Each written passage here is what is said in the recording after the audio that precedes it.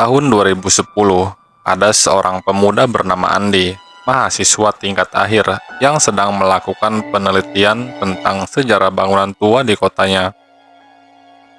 Salah satu tempat yang ia kunjungi adalah sebuah rumah sakit tua yang sudah tutup sejak tahun 1998.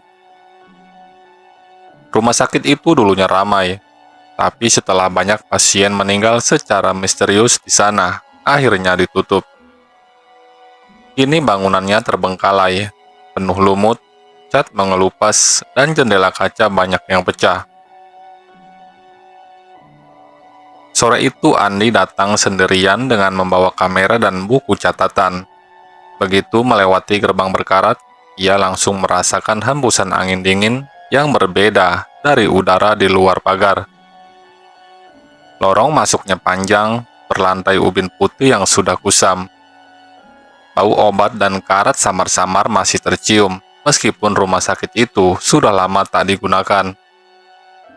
Tenang, cuma bangunan kosong. Gumam Andi mencoba menenangkan diri. Namun semakin jauh ia masuk, semakin jelas terdengar bunyi berderit seperti roda panjang pasien yang sedang digeser, padahal lorong itu kosong. Andi berhenti di depan sebuah ruangan besar dengan tulisan pudar, "Ruangan Operasi". Pintu ruangan setengah terbuka, mengeluarkan bunyi berdecit saat disentuh. Begitu masuk, ia melihat meja operasi berkarat, lampu gantung yang bergoyang pelan, dan noda hitam mengering di lantai. Tiba-tiba terdengar suara perempuan berbisik, "Dok, jangan potong saya. Tolong jangan potong saya." Andi langsung mematung, keringat dingin mengalir. Ia menoleh cepat, tapi tak ada siapa-siapa. Hanya bayangan dirinya sendiri di kaca besar yang sudah retak. Ketika ia hendak keluar, lampu gantung yang tadi diam bergoyang keras dengan sendirinya, seakan ada yang mendorong. Ia bergegas menuju lorong utama, namun saat melangkah, lorong yang biasanya lurus mendadak terasa lebih panjang dari sebelumnya.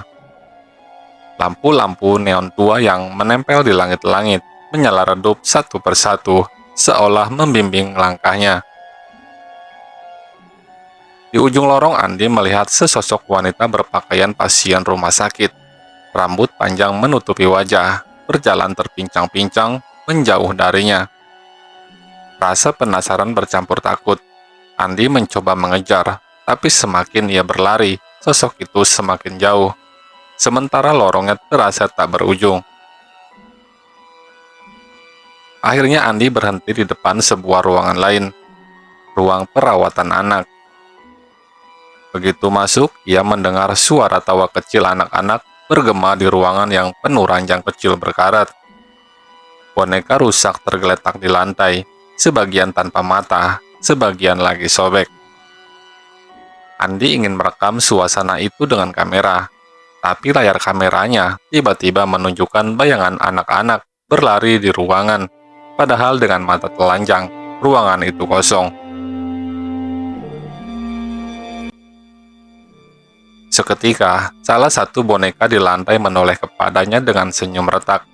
Lalu terdengar suara anak kecil berbisik di telinganya. "Kamu mau main sama kami?" Panik, Andi lari keluar dari ruangan itu. Lorong kini kembali normal. Ia bisa melihat samar-samar cahaya gerbang utama. Namun langkahnya terasa berat, seperti ada yang menarik kakinya dari bawah. Saat ia menoleh, terlihat banyak tangan pucat keluar dari lantai, mencoba menariknya masuk ke dalam ubin. Dengan sisa tenaga, ia berlari sekuat mungkin dan akhirnya berhasil melewati gerbang berkarat.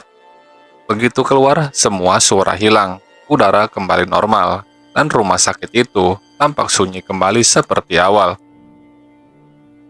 Andi terduduk di tanah, napas terengah. Ia melihat kembali ke bangunan itu. Dari salah satu jendela lantai 2, ia melihat wanita berambut panjang tadi menatapnya, lalu menghilang perlahan. Sejak hari itu, Andi bersumpah tidak akan pernah lagi kembali ke rumah sakit tua itu.